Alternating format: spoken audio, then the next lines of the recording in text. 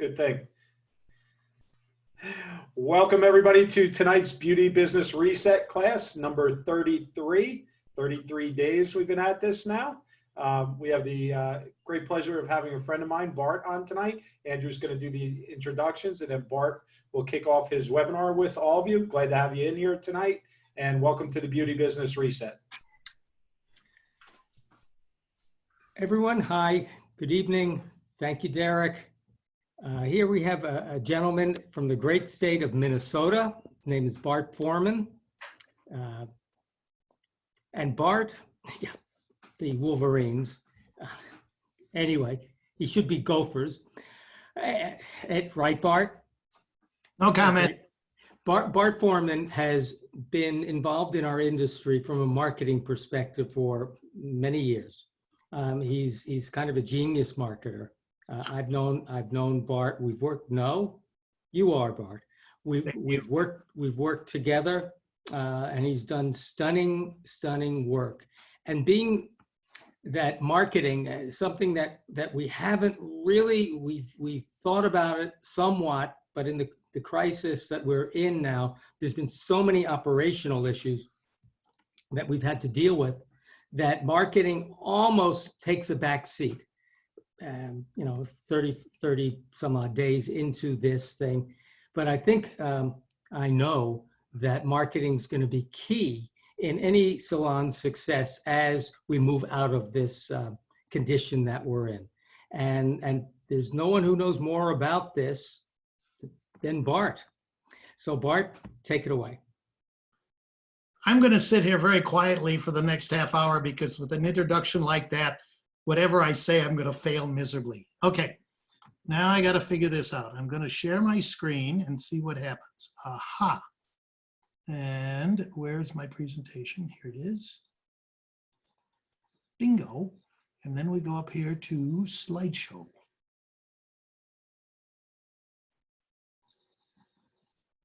Okay. Something didn't work the way I planned it.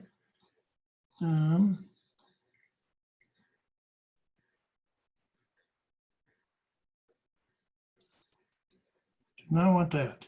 Why can I not get to my slideshow? This is not a custom slideshow.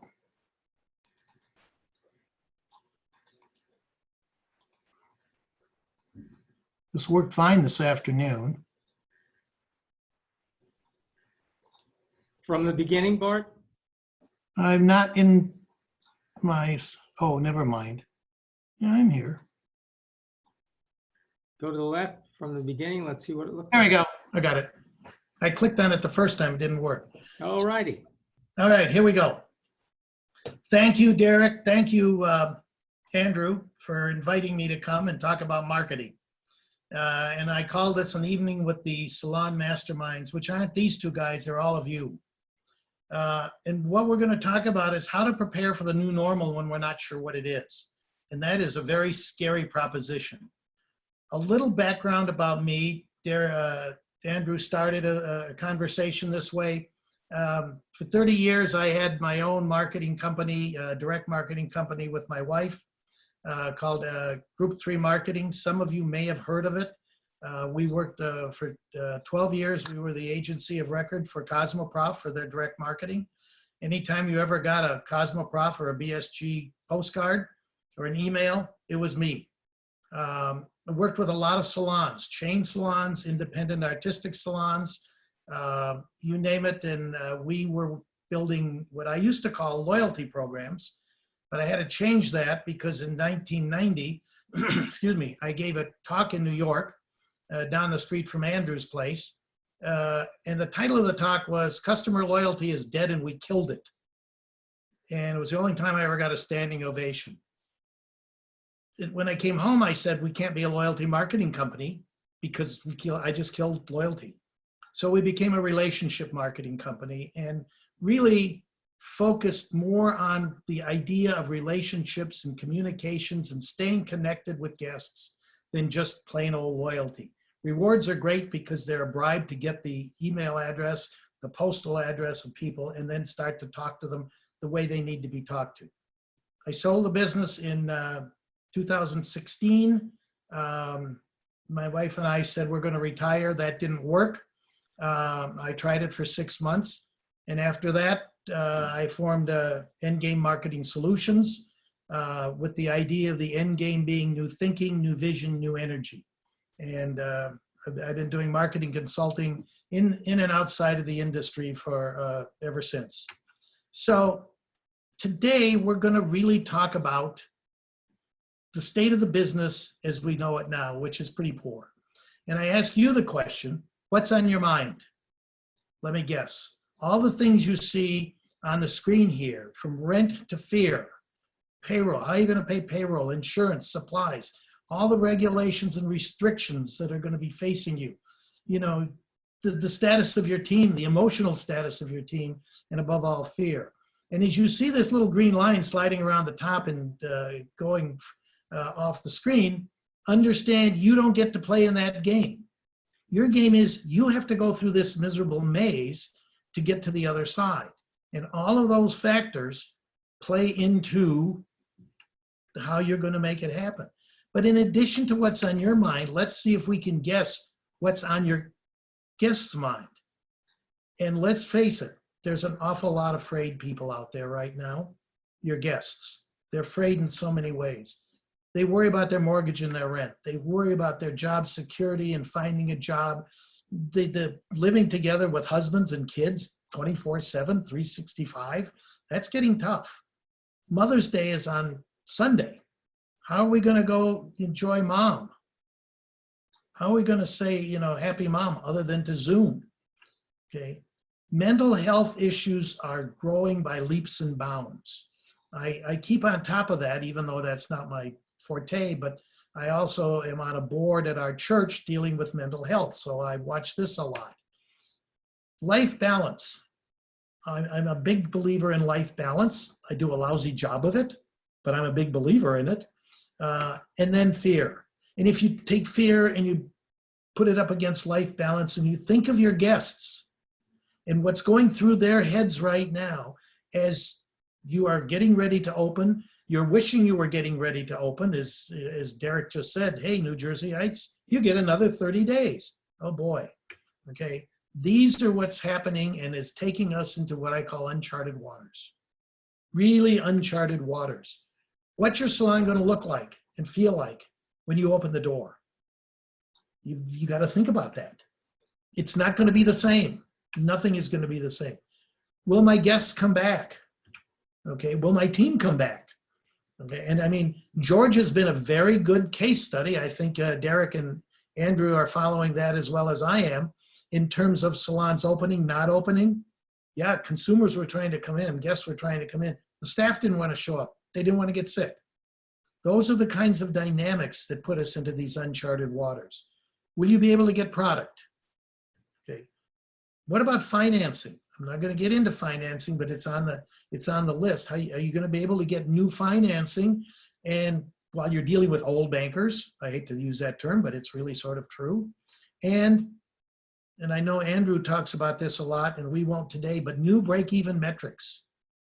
You have to start thinking about all of these things, okay? And that puts fear and life balance on hold for you when you're trying to get ready to go. And there are no promises. There's no promises we're going to get to calmer water, but we're going to try. We're going to try real hard. And we're going to find out where marketing comes into that. Because right now we don't have a compass. We don't know where true north really is. Okay, we don't even know what direction we're going, as evidenced by Derek's comment, oh, our governor just said we're going to stay shut down for 30 more days. Well, there goes your compass, there goes your direction. What do I do now? And what's your end game? What is your end game? Yes, you want to open up the salon. How are you going to get to that end game? New thinking, new vision, new energy. And it's really tough when you're in it. You know, I do a lot of sailing on the Great Lakes. I have for about 10 or 15 years now. And I got to tell you, the fog really sucks. And I think we are all in a fog, whether we want to admit it or not. And if you've ever sailed in a fog, and I don't mean a powerboat, Derek, I mean a sailboat, it's really bad. It is really bad. And it's really scary. keeping the nautical theme for a couple more minutes, think about low tide. Well, that's where we are right now. Right now, right here, we are at low tide. But I like to think there's a moon on the horizon, and it's a new moon, and it's going to shine, and it's going to take us to high tide. And this is where we want to be, where we can move around, where we're not, our boats are not sitting on the ground, not being able to move, which is where our industry is right now. And we've got to use marketing techniques and marketing tools, okay, to keep our teams together and to keep our guests engaged, because at some point, as Chris Murphy down in Texas said, we all look like a bunch of shaggy dogs, even Andrew. That's why he wears a hat. But when you get right down to it, we need to get up to high tide, and we need to be able to start sailing the right way. So my nautical theme around smooth sailing says, don't we wish we were here now? Don't we wish we were here now, or almost here? You know, and we'd like to say, let's relax. It's 5 o'clock somewhere. It's lime time somewhere. But the fact is, and I'm going to give you 3 quotes. And this first one comes from the University of Michigan interim provost, who made a statement at last week's virtual graduation that I watched and was horribly impressed by how it was pulled off. But she said something in her closing comments that were so good. Smooth seas don't make the most successful sailors. I hope Derek will agree. He likes to powerboat and I like to sail. Smooth seas don't make the most successful sailors. For all of us on this webinar today, all the salon owners, Derek, Andrew, whoever else, for the last 10, 15, 20 years, we've lived on smooth seas. We've had some rough patches, 9/11, the Great Recession starting in 2008, and a few others like that. We had SARS, we had MERS, we had HIV. Those were sometimes sort of big waves, but those big waves didn't last a long time. This is worse than a tsunami. When a tsunami hits, it comes, it destroys, it leaves, and it goes back, and the sea goes back to normal. We don't go back to normal. And that's where we are right now. Okay, the tsunami has already hit us. And it's still here, it's still floating around, but the tsunamis hit our industry horribly hard. So smooth seas don't make the most successful sailors. Chief Strategy Officer at BBDO Advertising made this comment that I thought was very, very insightful. We're at a unique period of time in our world history where it's the steepest learning curve of all our professional lives. I don't think there's a listener out here tonight that won't agree with that statement. This is a steep learning curve for all of us. And again, we don't even know where our true north is. But those who embrace it, he said, will emerge as better professionals, maybe even better people. That's one of my quotes, my second one. My third one is from a friend of ours, Gino Stampora. Yeah, I think everybody knows Gino. And I love Gino dearly. How long do you think it will take businesses to realize that everything has changed? The game has changed. It will never be the same. And then he says, don't look for what was. And I totally agree with him. That's why I made the comment on an earlier slide about KPIs and metrics. Throw out the metrics. You all hear about customer journeys, how they get to your salon, how they stay to your salon. Throw it away. It's a new marketing world out there, and you have to be able to embrace it and figure it out and get all the help you possibly can. Focus on what's next and what's coming. Thank you, Gino. I wish he was listening tonight. So, tough question. What's next? Well, I have one thing that I'm going to say what's next, and it's scary. We're going to open. We don't know when. We don't exactly know how, but we're going to open. And I'm actually going to share with you a Facebook post later on from a salon in Texas that is saying, I don't think he's ready to open yet, even though Texas is going to open it up. I don't think he is, but he's already telling people a lot of things to prepare them. Stay connected. We're going to open. Now, it's a process. We have to work hard to get it right. There's operations, there's finances, there's supply chain management. I'm not going to talk about any of that. I'm not smart enough to. It's over my pay grade. I leave that stuff to Eric and to Derek and to Andrew. They're the wizards on that. I'm going to focus for the next few more minutes on marketing. And I hope there's a whole bunch of chats coming in because I can't really see that. And I'm not going to pay any attention. I'll let Andrew and Derek ask questions later. So we're going to talk about marketing. And the first thing is we're going to define marketing. And we're going to define it differently than everybody else ever did. Andrew's seen it. He knows what it is. I don't know if he can remember it. I've quizzed him a couple times and he's always failed. Here's my definition. It took me 2 years to get it. It's what we do. Marketing is what we do to emotionally engage guests to influence the next sale. There's 3 key words here. Emotionally. Think about that. Marketing isn't a bunch of numbers. I'm a big data guy. I love data, but data is not emotional. I have to tug on your heartstrings. I have to tug on everything I possibly can to emotionally engage, and engage is the second word. And don't make it one way, make it as 2 ways you possibly can. So emotionally engage, and then the third important word here is influence. We're going to influence, we got to do something to influence the next sale. Now, some of you in the industry will say, I don't like the word sale. It means I'm trying to sell something, and I'm a creative, and I don't sell anything. And I'm going to say politely BS. Because you'll say, well, let's substitute the word visits, okay, or other words. You don't take visits to the bank, do you, Andrew? You don't take visits to the bank. You don't take feel good to the bank. You don't take view my next website video to the bank. You take money to the bank, and that means it's a sale. So I've always said to salon owners, get over it. It's about a sale. And then embrace it. Your people will say, well, I don't want to sell product. You've all heard that. I don't want to sell product. Well, guess what? You don't sell product, you don't put money in the pocket. It's as simple as that. So that's the definition. And that leads me into the marketing side of this and staying connected. And the new reality that we are now facing, which we're still trying to understand. But since March, how have you stayed connected as salons? With your guests, with your teams. And I'm going to break this into 2 parts. Guests, okay? I'm sure you're posting messages on social media. Everybody posts messages on social media, okay? Maybe you've updated your website going beyond, oh, there's a COVID-19 situation here, so we're closed for a while and yada, yada, but everybody stay safe, okay? Every website you see has it. You probably send emails out. God knows what we might have said, but we've sent emails out. You've encouraged gift card sales, which I applaud you completely. What a great idea.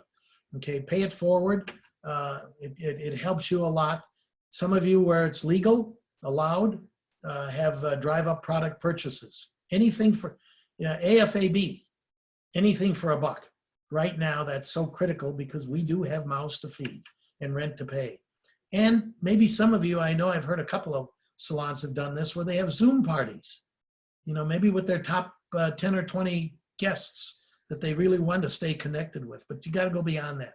10 or 20 guests are not going to fill your coffers, okay? But having something like that to connect with people, to offer some in-home tips or at-home tips, what a great idea. But again, just like this group here, I get to look at Derek and Andrew. It's exciting. Well, sort of. What about your team? I'm sure you're sending them emails. I'm sure you're talking to them. Maybe you've done a couple of Zoom sessions with them.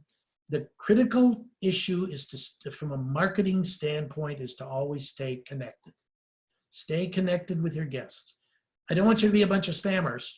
That's not where I'm coming from. Okay, we're not a retailer like Tommy Bahama that sends a sale out every day.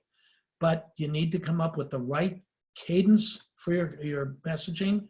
And you have to have the right kind of messaging to move forward. And that's tough. Marketing is tough, okay? Andrew will beat you over the head about your metrics, and that's tough. Marketing's tougher because it's squishy. It's squishy stuff where numbers are real stuff. Don't get mad at me, Andrew, but stay muted. So I'm going to talk about a countdown clock. I want to talk about a countdown clock because all of us in the room here tonight on this Zoom have a countdown clock. Now, Derek just reset the New Jersey countdown clock. And you're going to, all of us are probably going to reset our countdown clocks again and again. Okay. And that's the new reality that we face right now and may face it for God knows how long. But understand this, marketing happens every day.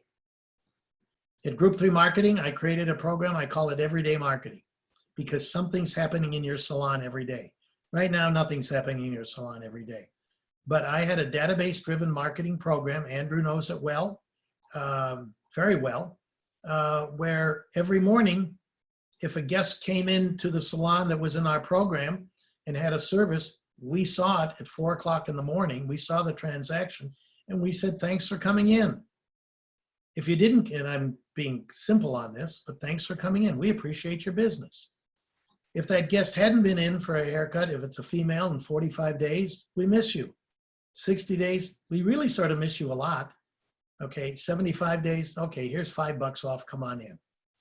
Okay, if you didn't have a color service in 55 days, it took me a long time, and it was one of Andrew's clients who educated me on how to make it work, because she told me the science of how hair grows, and I figured this out. And at 55 days, I sent an email out to anyone who didn't have a color service on the books, and I said, something happened last night while you were sleeping. That was the subject line. I went to a 70% open rate with that simple subject line. And when they clicked on it, there was a headline that said, your hair grew 1/4 of a millimeter while you were sleeping. And it's been 60 days and you've got an inch worth of roots showing. Color business went through the roof in every salon we did it in. Unbelievable. So marketing happens every day. You got to be ready for it. Engagement, I've talked about it, and I said, be continuous, don't be spammy. But you've got to engage with people. It's absolutely critical. So this requires in your countdown clock to make a daily marketing plan. Okay, up to and through opening day. And if opening day changes, you reorganize that daily marketing plan. Doesn't mean you do something marketing every day, but it forces you to think about it every day. So planning and timing, and it's going to vary based on your state guidelines, becomes absolutely critical. And then again, focus on what's important to your guests and your team, not what's important to you. I can't overemphasize, that idea. Marketing 101, way back in the days, was about products, features, and benefits, or in your case, services and benefits. Okay, then we moved to one-to-one marketing, okay, where we started talking to people. But we talked to them all sort of the same way, but we talked to them. Then we got to marketing 2.0, and it became this engagement piece. And now I'm a marketing 4.0 guy that says everything's important and everything's on the table and you got to figure it out. There's multiple channels. We've got to be there. We've got to be with the right message to the right people at the right time. That's marketing 4.0. So let's talk about guests. First of all, make a priority list of what's important to your guests. Get your team on a Zoom and have a round table. Say, what do you think it's important to our guests besides coming and getting a haircut? That's the easy part, okay? We understand that. But what else is important to them? All those factors that I mentioned up front, okay? And by the way, Derek, I will send you this presentation if you would like it. If you want to make it public to anybody, be my guest. There's no secret. There's no secrets and there's no ego, and do what you want with it. But if you can get an idea or two out of this, that's what I'm here for. Ask some other people who are not in the industry. Go down and ask your neighbors, you know, what's important to you in terms of the salon opening up besides getting a haircut? What are you expecting? Okay. And then I decided I would get some jumpstart ideas, and I came up with 7. And there's probably, Derek will get 7 more and Andrew will get 14 more. That's okay. First thing that I think is extremely important is safety and sanitation plans. Absolutely number 1, and be detailed. You'll see what the salon in Texas did. And for the most part, I thought it was excellent. Okay. Here's a real toughie for you. How do you plan to onboard guests in an orderly manner? How do you plan to onboard guests in an orderly manner? Okay, and it's going to vary, okay? And we'll talk about that one a little more in a minute. But who's coming back from your team? You better understand. If Mary Jo, who had 6 of your top clients, went to another salon or decided she can't come to work because her husband has to go to work, her kids are home because the school is closed, she can't get a babysitter, okay, or it's too expensive, and she can't come back to work. She wants to, but she can't. There are going to be all kinds of these, human dilemmas that are going to affect you, and it affects your marketing. It affects everything you do, okay? What services are you going to offer? You will see in the example from Texas, he's not offering some services. Okay, you got to think about that. And you need to be thinking about these things now as it relates to number 1 up here, safety and sanitation. We're not going to do blow dries because we're moving air around, and that can move germs around and the virus around. So no, there's no blowouts. Okay, think about that. These are all things, if your state doesn't think about it, you need to think about it. What are your service and open days going to be to accommodate all guests? Okay, if you have to do split shifts, how's that going to affect people? How's it going to affect your team? All these things, you might have to be open Saturdays and Sundays. You might be open 7 days a week. Well, your guests are going to like it because it gives them more choices and opportunities. It will drive you and your staff absolutely crazy. Okay, and burnout becomes an issue too. So you have to worry about all that. How are you going to train your team to protect them and the guests? And let me take that one a step further. How are you going to tell your guests how you're doing it so they feel comfortable? Everybody write down the word comfortable, because that's a key word that we have to really embrace in our messaging to our guests. We have to message in a way that makes them feel comfortable. Not warm, but comfortable. Okay, tough one here. Prices. Are they going to change? Will they change? I listened to a couple of these earlier webinars where they were talking about a COVID-19 surcharge. Are you going to tell your guests up front, by the way, there's a $5 COVID surcharge because we got all these extra expenses to cover, like sanitation and things like that? Are you going to tell them up front, or are you going to wait until they get the bill and look at it and say, my haircut's usually $70, and why do I have a $5 COVID surcharge? You never told me that. You could have some very upset people, and upset people go to social media, and sometimes they're not as polite as you would like them to be. So you have to weigh all of these things. And I'm a big believer in making people comfortable, and I'm a big believer in transparency. If you have to do it, tell them up front.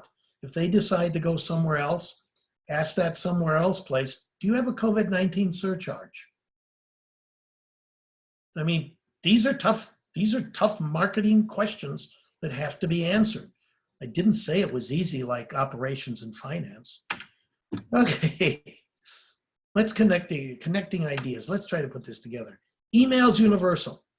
And if you have a good guest database, it's great. Email can sometimes be impersonal, but you can dress it up with graphics, add some warmth, make it comfortable, make it short. Do not write the Dead Sea Scroll like I do. I always got yelled at for that.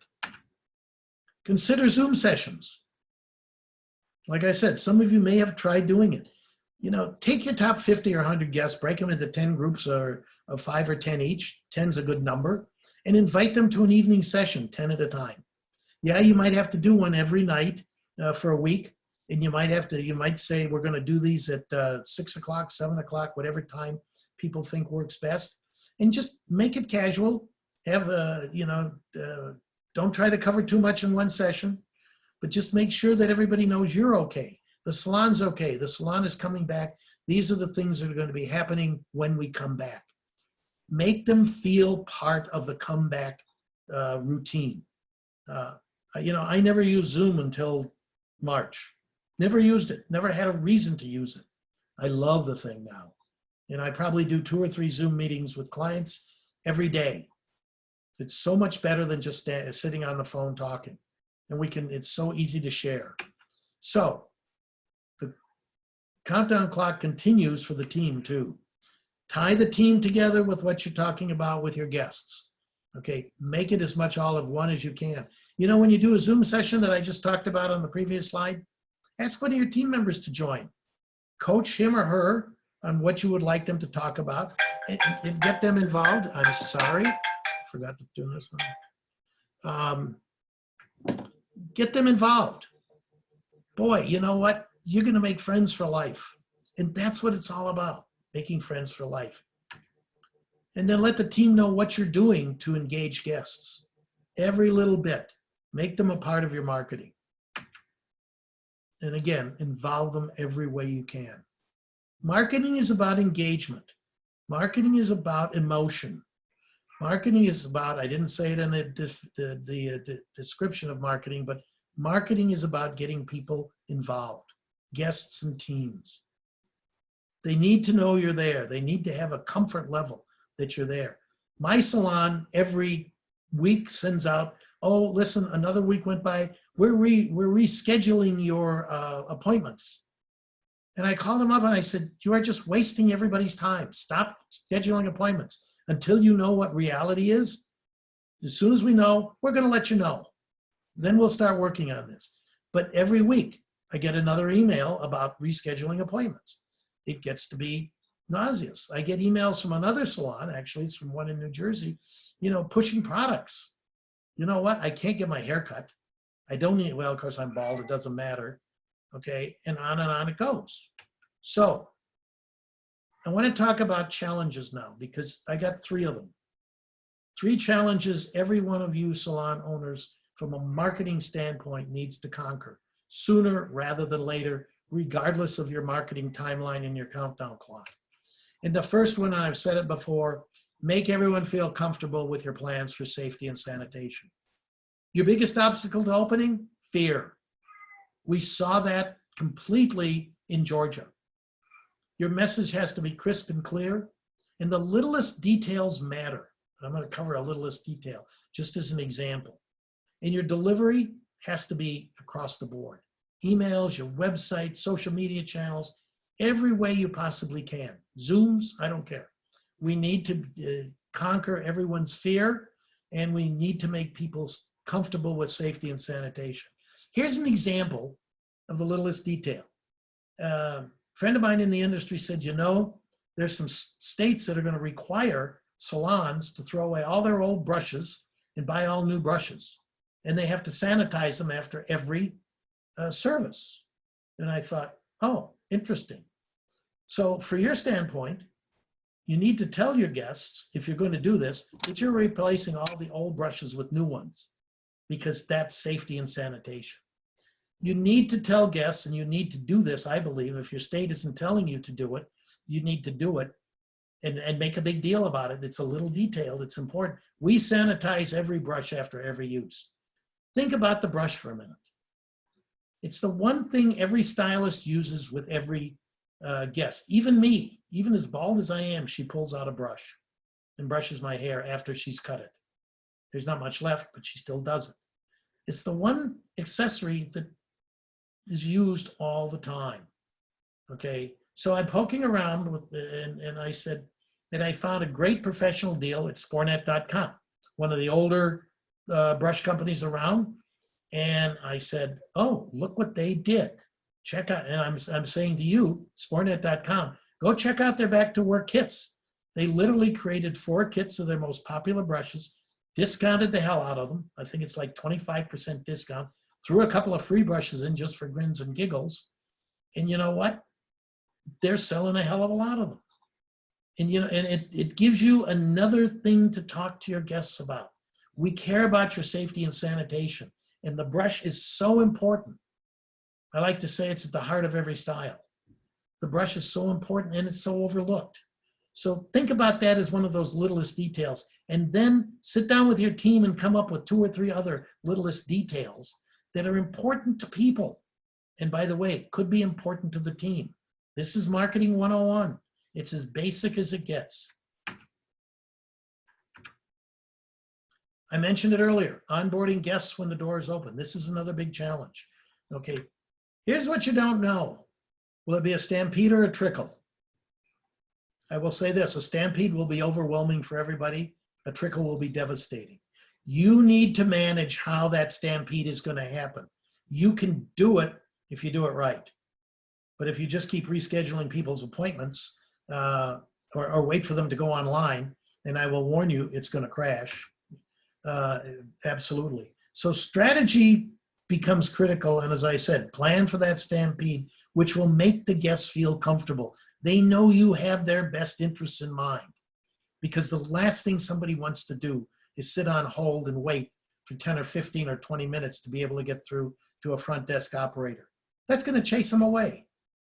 And when they chase them away, they may not come back. Your online booking system's probably going to crash. I would almost bet money as much as you want. And there's a lot of good systems out there, but I will say this, I don't think any of them are geared for 40 or 50 online guests going on and trying to book an appointment at the same time. It will go clunk in the night. I will almost put a lot of money on that, regardless of what the software people say, and I love them all. The other one is, how can you create value adds to your services and benefits to strengthen retention? Okay. It comes back to what the guests really want beyond safety and sanitation. I personally right now don't have a big answer for that, even though I think there's a way that you can either tie product or tie something together to help guests when they go home to stay looking great. Because right now, for 90% of the population, finances are an issue, maybe 80%. Finances are an issue. They're not going to run out and spend a lot of money on product if they don't have to. And I'm not saying you should give away product or discount product, but just giving them tips on how to use product more effectively, giving them videos to watch, whether it's a product video or one you make up, okay, these become value-added services. It's not about cutting hair and coloring hair. It's not about blowing out or anything else. It's about how can we make our guests more comfortable and strengthen retention. What do they want? And that's where you got to start asking questions. What's important to them? Price is probably going to be an issue. I sort of touched on that earlier. Okay. And scheduling may become an issue for guests, especially at suddenly split shifts. Well, I always came in to see Mary at 10 o'clock in the morning on Tuesdays. Well, guess what? Mary works from 8 until, or let's say 6 until 10:30 on Tuesday nights now. Well, I'm not coming in that time. You have a conflict. What are you going to do? How is it going to be handled? You need to train your front desk for all of these issues. Yes, there are operational issues, Derek. I know that, but it's a marketing issue to solve it. It's a marketing issue to solve it. It's about the message. Andrew, am I still as smart as you said I was earlier? I just wanted to check in with you. You're smarter. Oh, God help me.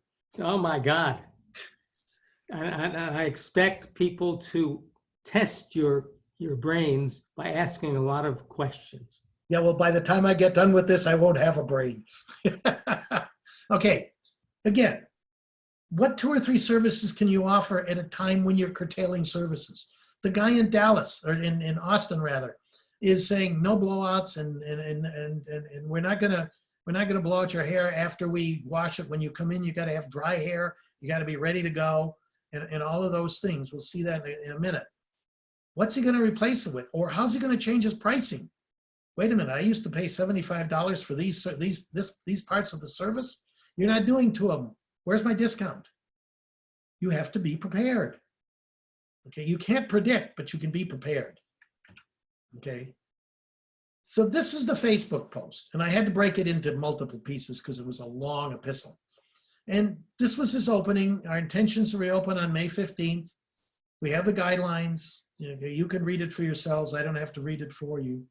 Okay. And he's already talking about the new normal would be to ensure that you and our teams are safe. So he's already talking about sanitation right out of the box. He's talking about a whole new schedule. He probably doesn't have it put together, and I chided him for that later. And then he started listing primary guidelines for the salon reopening. There's 14 of them. There's 14 guidelines that he listed, starting with please come on alone. Don't bring your kids. Don't bring your boyfriend. We're not letting you in the salon. Text us when you arrive, and we'll let you know when you can come into the salon. So you're not going to go in and stand around and look at product. They're going to check temperatures. Don't bring a large handbag. Basically walk in with your cell phone and credit card because they don't take checks or cash.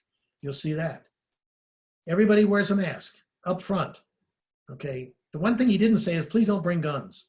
I was a little surprised that didn't because he's in Texas. Okay. No hugs, no handshakes. Okay. You as a client have to go wash your hands upon check-in. No beverages, no stress relieving treatments like hand massages or head massages in my case. Okay, we're going to socially distance, that's fine. No blow dry services. No blow dry services because forceful movement of air and unwanted spread of germs is not what they want. No pre-service shampoos. Come with a clean, dry hair. Bingo. No cash, just credit cards. Capes are washed between each guest as always. And then he goes on. I guess that was it. That was with the 14th. So my takeaways was, this was great. He laid out the rules well, before May 15th. He's got another week or so. It was a great presentation, but now he needs a follow-up post. He didn't say, how do we schedule appointments? And what are the new service hours and days going to be? And what's going to happen to pricing? Don't surprise me with pricing, especially if you're an independent artistic salon, okay? And if you're Great Clips, that's fine. People will take $1 increase, not an artistic salon. It isn't going to work. So after you open, my last thoughts. God, I've been going a long time. Understand that marketing never ends. Understand you can't predict what's next, but you can prepare. Marketing is about preparing. Marketing is about executing to influence the next sale emotionally through engagement. You need a bold marketing strategy to better stay connected with your guests. I always talk, Andrew knows it, Derek knows it, I always talk about staying connected with your guests. It used to be easy back then. Oh my God, back then was February. I mean, think about this. March, April, early May, it's only been 60, 70 days. And it varies by area, obviously, but it's only been 60 or 70 days since this new reality began to be created. That's not much time. That's not much time to process. So my last thoughts to you, and there's a couple of slides, focus on your team. Focus on your guests. For the first month, communicate the good things happening at the salon. And don't worry at this point about how we're going to get new guests. That should be the least of your worries right now. Your major worries, getting my existing guests back. Okay. Yeah, I'd like them to spend more. The retailer's creed, buy from me, buy now, buy more. We'd love them to buy more. I just want them in the door. I can't hug them. Maybe I can give them a fist bump. I doubt it. Okay. But I want them in the door. I want to look them in the eye and say, thank you for coming back. We appreciate you. We appreciate your business. And the same for your team. The same thing for your team. So new guests, we'll put that on the back burner on a marketing standpoint right now. Somebody goes to your website. Hopefully you've set it up through SEO properly so it retargets. Because yes, I'd love somebody to call and say, hey, I saw your website. But let's not spend a lot of effort and a lot of energy trying to get more people to the website right now, because that's not our goal. Our goal is our guests. And that's why I keep saying focus, focus, focus. A couple of other last thoughts. And really, these are my last thoughts. Find ways to engage your salon with your guests. I want to talk for a moment about an idea I call video marketing platforms. Okay. Because this is a wonderful way to communicate in a whole new way. Video. I know some of you do testimonials. You probably pay more money than you need to, or you're probably doing it with a cell phone and you're doing it half-ass. Pardon my French. There's a new platform that I'm in the process of setting up that really will allow you to literally walk by a guest who's having a service and say, I'd like to have my stylist do a little testimonial of what she's doing here. Would you mind? And they will say yes or no. And if they say, sure, go ahead, maybe she'll even do a testimonial about how great Mary is in styling her hair. Why video? Here's an interesting statistic. 90% of all internet traffic is video. YouTube is amazing. And we will set up YouTube channels for every salon that wants to work with us. Why video? It's personal. It's alive. It's dynamic. And it can be almost, not quite, almost in real time. Almost in real time. That's the beauty of it. You got a Facebook post that you're doing or an email going out. Hey, salon owner, shoot yourself a video talking about what you're talking about. Fewer words, more video, better response, better listenability. Great idea. Don't you hate those long emails when you could, in 30 seconds, say the same thing on a video? Your guests will love you. So I'm putting together a new platform. It's going to be operational next week. If anybody wants information about it, let me know. We're in the depths of training right now to get this going. It's dirt cheap. I won't tell you the price because you'll get too excited. But it's dirt cheap. You can do, a video, dirt cheap, and it has your logo on it. Everything works in it because, I talked a lot about staying connected and what the importance of marketing, but another part of marketing is branding.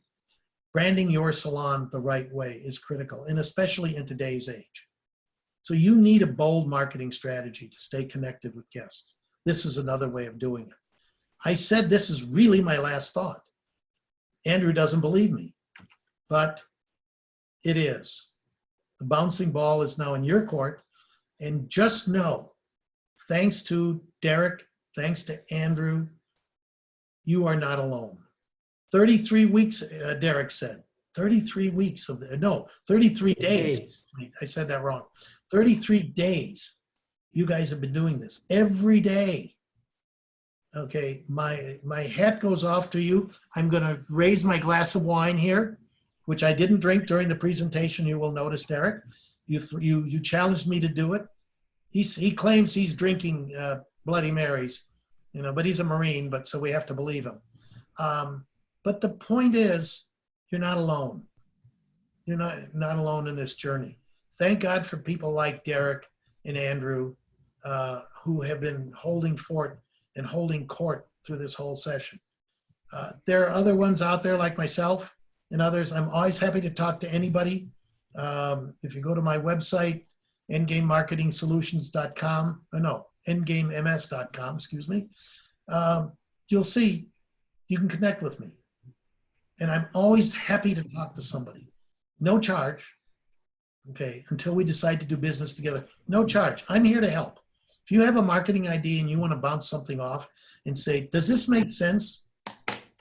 As long as you are happy to listen to what I have to say, and quite often I'm brutally honest, but I'm brutally honest for you. So you're not alone. Thank you, Derek, for having me. Thank you, Andrew, for having me. Don't go away. I'm not going in. Don't go away. You're going to grill me. So the first one, this may kick over to Andrew because it's operational. Laura asked in the beginning, should we be doing a new business plan and numbers? Somebody asked in a group today about an operational business plan, Andrew. I recommended the one-page business plan, so you might want to say something about that. And definitely the numbers should be reworked right now with your new costs. If you're not working your new numbers right now, you're going to be caught with your pants down for sure. Yeah, and Bart. Sir? Bart, can you hear me? But Bart really emphasized the need for preparation. And, we're going to move through stage one, as I would call it, just getting those doors open. And we're going to enter stage two. We don't really know what stage one is going to look like. We could only predict. Or we shouldn't predict. Bart, I'll quote you. You prepare. You can't predict. Thank you, Bart. But we really have to get prepared and use best guesses. It's okay to guess. It's really okay. Bart did say something about focus and focus on engaging engaging in an emotional way. That emotion is key here. It's key in life anyway. Focus on an emotional way of making sure folks are comfortable, your team is comfortable, so that you can do business and have a stage two, okay? But that doesn't mean we shouldn't be looking past this into the next stage. That doesn't mean we're not going to have to get new clients. We are. That's a reality. That's one thing that's never going to change. You know, because we're always going to lose, and we have to gain, and hopefully we gain more than we lose. So one-page business plan is just something that I particularly know about because I was certified, and I worked with a guy who wrote all the books, the one-page business plan, and it is a process. And if anyone wants to talk about it, you can talk to Derek and myself about how to create one. Maybe we'll even do a workshop, Derek. What do you say? Would you guys like? I think that's a good idea because we have a lot of people asking about an operational plan more so than there's two types of business plans. There's the ones you bring to your banker for a loan, and then there's the ones that are actually your operational plan, right? So, and they're completely different.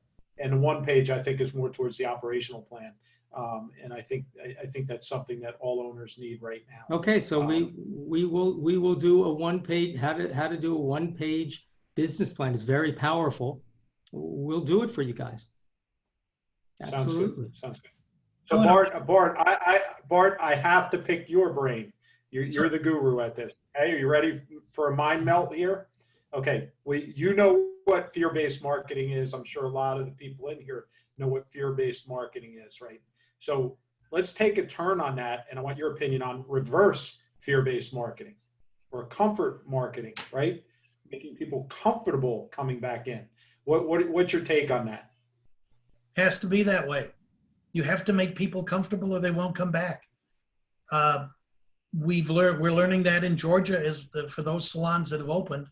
I don't know how many have. I haven't seen any real numbers, but I know some of the big ones are not opening because their team doesn't want to come back, so they're not comfortable, and consumers are not pouring into the salon. There's not a stampede coming in, which thank God, because they don't have the people to serve them. So we have to do everything we can to be comfortable. You know, I don't want to applaud the governor of New Jersey holding you down another whole month, okay? But he's probably looking at the reality of the New Jersey situation right now, and that may change if the numbers go down. You have to be as prepared as you can, and again, your messaging has to be comforting. I also want to make a point of what Andrew said about setting up your business plans and plugging in numbers. You want to do it in a way, in my opinion, that isn't just busy work and spinning your wheels, because as we said, we don't know. Okay, but make some scenarios, figure out what kind of scenarios would make sense. And I'm just going to throw some numbers out. We're going to go split shifts. And we're going to open at 8 o'clock in the morning, and we're going to close at 10 o'clock. I know, everybody get back up off their chairs. But we're going to do that because we have a limited staff at any point in time that can be in our salon. And this will vary based on every salon's layout and how much space they have to work with. Okay, so you're going to do that as a scenario and then figure out your numbers based on that. Figure out your numbers based on working 5 days, 6 days, 7 days. Okay, not that those are going to come to fruition, but set yourself up with a really good financial spreadsheet that you can make these different kinds of calculations and see what's going to happen to your potential bottom line. If you are open from 8 until 10 at night, split shifts, and you keep your staff 80% full, and maybe you'll make it 70%, I don't know. A lot depends. And you do those scenarios, you're going to find out where you're going to have a new KPI real quickly.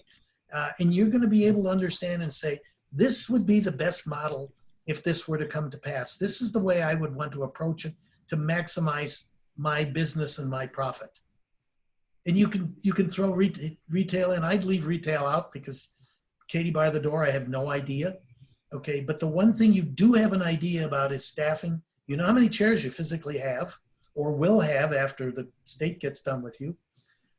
You can start making models, okay? And if you set up a spreadsheet, you know, a worksheet that reflects that, you can say, okay, I have 4 chairs that are going to be 4 hours each. I can put X number of people in.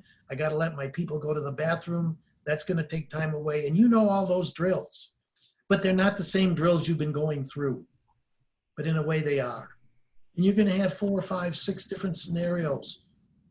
Okay. And then as we start to get closer in our countdown clock, which is an operational clock as well as a marketing clock and a financial clock, now you start applying. And when you see the business rules that the state demands you follow, okay, now and your team can handle, then you can start putting together your days and your plans, and you'll know where your numbers potentially will be at 60% capacity, at 70%. You're changing numbers on a spreadsheet. Andrew loves to do that all day long. Drove me nuts all the time. Okay, but it's the right way to go. It's the right way to go. And then once you have that in place or have scenarios in place, now start crafting your marketing messages around how you're going to tell people what's going to happen. But you're not going to know everything that you need to know until the state says, we're going to open and here are your guidelines, as you saw in Texas. And here are the guidelines we want to add to it, a la brushes or whatever. Okay. So the next one I got for you guys is when you were talking about emails, how, and I know you and Andrew like to write books as emails, and I'm a big believer in. No. And I'm a huge believer. Yeah. Okay, Andrew. And I'm a huge no, that's a believer in long form 9-word email. Nope. Depends what the purpose is. So guys, if you ever want to check something out, check out the 9-word email. And it was used originally to thin down your email list to find out who was actually communicating with you. But it's a great form of communication. For you younger people in the group right now, you're used to doing this through text messages. And basically what it is teaching you how to do almost a text message based email, but with a little more empathy to it. For instance, you could use something like, we miss you, Barb, just checking in with you. Something like that. Short and sweet, but you're showing feeling in the message. And, you are correct. Get those out to your clients so they know you're thinking about them. Yes. Yeah, the email 101. Hey, we miss you. Just want to let you know we're moving forward. We're waiting for the state. And it's 2 or 3 sentences and you're done. It's sort of like emails on Twitter. You know, do the 140 characters or whatever it is now, you know, and follow that routine. And I'm not suggesting Twitter, don't get me wrong. And Facebook as well, short and sweet. And then make Bart, I think you would agree with me on this. And many people out there have done email, but the most important thing in the email is you're getting the email opened. So you have to learn how to write a good subject line. And it happened last night while it happened last night while you were sleeping. Yeah, no, that's that. Look, the open rates.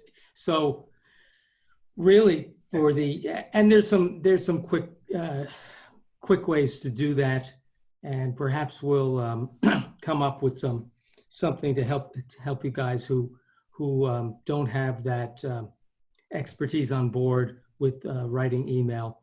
And because it's really important on how to write a good subject line, and there's a method to do that. Exactly. Let's see what other questions we have. A lot of people just agreeing with you and Bart, saying they are interested in the business plans and the email follow-up, how to write a proper email. I think that should be 2 upcoming classes. I see all too often emails gone wrong, right? So I think that could be something that, Bart, I'd love to have you back on with Andrew for that. Okay. I think that would be. I think that'd be not tomorrow. Class. Not tomorrow. Yes. No. Andrew, you did not tell the audience what you did to me this morning. That's all right. Wait, Bart, it gets even better. Andrew, the other night, I told him we're going to Monday, Wednesday, and Friday, and then I see him asking Steve Gomez if he can go. Steve Gomez, if he can come on Thursday. I'm like, no, Andrew, no, what are you doing? I think we found a link here that needs to be shored up. What other questions? There's got to be some more. So, guys, get your questions in here before we kick it off for the night. Again, I appreciate everybody being interested in those couple things, but if you have some marketing questions, definitely get them out here. I mean, you got the guy here who if you're interested in how to appeal to your clients or how to feel genuine to your clients, Bart's the guy. I have a question. When you say, what is comfortable? Make someone comfortable. How do we know? In a marketing sense, how do you know what that looks like? That's why I said in the very beginning slides, okay, I said, talk to people.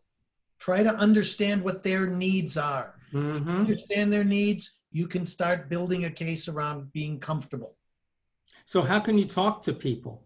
Here we are, we're, kind of isolated.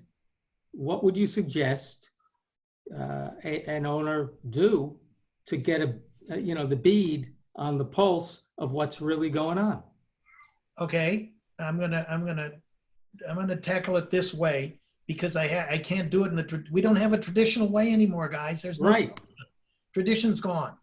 So what are we doing right now? Even though it's not just the three of us talking, each salon owner has probably 4, 5, 6 of their really good clients, some of whom they've had for years and years. Invite them to a Zoom session and tell them, I want to pick your brains, guys. They'll be honored. And try to get a cross-section of older and middle-aged and younger guests. Okay? You can find them and have a Zoom session. Now, do your homework in advance. What's bothering you? And I'm making this up now on the fly, so bear with me. What's bothering you in this COVID-19 sequestering, as I call it? What are the issues that you're facing here day in and day out, besides I need a haircut? And just get that off the table. And find out where their emotional states are. Because what you're changing is maybe not changing, but you're addressing their emotional state in terms of engaging them to come back to the salon. And that's why I said, how you onboard them is extremely important. When we ask the question, when we open up our doors, how do you plan to let us know that you want an appointment? So Bart, I love this. Idea. This is going somewhere really interesting. So what you're saying is basically we used to build a client avatar, right, with our team, right? Yep. Now we're saying build a client avatar through Zoom with your actual core group of clients to get who better focus on that new avatar. Yeah. I mean, we used to do the SurveyMonkey surveys. Remember the SurveyMonkey surveys? That was then. Nobody today wants to be bothered with a SurveyMonkey survey, but they would be honored to come to a Zoom call to talk about, and again, how you phrase the introduction. I'd like you to come and we want to have a little dialogue about our opening of the salon. Okay, we'd like your opinions, and you can sort of couch it in any number of ways to grab them. Emotionally. How many times have I used the word emotionally tonight? But you're going to emotionally engage them. That's it, period.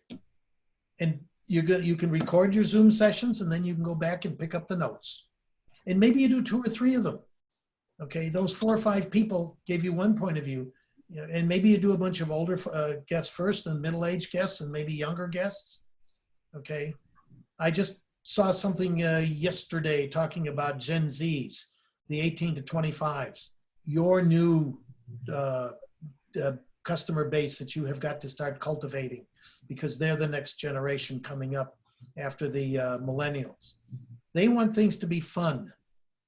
They want fun communication. So when you get a bunch of those folks in the room, and maybe maybe you've got some of you have got daughters and sons who are in their 30s. They may not be clients, but ask them to invite a couple of their friends or 5 of their friends. And this is about brain picking. We always say brain. Erica said, our city did a survey and shared it with local businesses. Well, you're lucky, Erica. And the survey, it covered COVID-19 and asked the community what they were comfortable with and uncomfortable with. Okay, so, that's a good start. That's really a good starting point. And so I would encourage everyone to, speak to their Better Business Bureau, the city, see if there's something like that. And what I said is starting point, because I think it's great exercise, a marketing exercise, and it's a reality that we do this kind of engagement. We really get in there and really ask questions and listen. Bart, maybe you have a service that shows people how to do that. I don't know, but super duper important. And yeah, we got one last one coming in on Facebook, which goes back to what Bart said earlier, engaging your client in every possible way. They asked, is there a way to send a text message to everyone? Would that be right? Of course, text messages are the new norm. They really are. Getting the message across in a text message, you have to be careful. They don't show as much feeling or empathy in text messages as you'd like. But is it a great communications tool? Absolutely. The open rates are better than anything there is, basically. But like Bart is saying, if you can get with and I know this from marketing is more about body language and voice tone and trust than anything. And if you can get somebody on a video like we're on right now, you're going to beat everybody at the game. So yep. I really like Bart's idea. Bring video to the forefront. Get your clients comfortable with you as we'll call it, not a friend, but a friend, right? You want to build that friendship value through video, where you're all sitting around just like we are right now, and you're chatting and you're making them feel comfortable. So that way they feel comfortable when they come back in the salon. Mm-hmm. So I think that's a really important message from tonight. And thank you for that, Bart. Two things. Sandra said, I texted each of my clients who we had to cancel, personalized each one, took a long time, but it was worth it. And then Nancy chimed in, use emojis when texting. Yeah. Really, really. Emojis, emotion. And I'd like to throw something out there. If you can think about engagement and use where does the term engagement come from? You want to get engaged with someone so that you can marry them. Think about marketing at all times as a romance and as a seduction. Okay? Think about it that way. Seduction. Love it. And not but people want to fall in love with you. Yes. So learn how to seduce them. People want to fall in love, not necessarily with you, but people want to be in love. Give them an opportunity to be in love, the way you're treating them, the questions that you ask them. If they fall in love with you, you have them for a lifetime. I couldn't agree more. I agree also. And these are your existing clients. And Andrew, you and I have had this conversation with new clients. It's the dating game, right? You have to be, not now. Right now, we're worried about our existing clients, like Bart said, but coming up on the new clients, you have to be the person that's at the bar looking better than everybody else. And you've got to be there all the time. So this way, when somebody is upset with their significant other, they're breaking up with them and going into a new relationship. No, but that's truly what marketing is. You have to be present all the time and be that choice for them when they're ready to break up with their current stylist.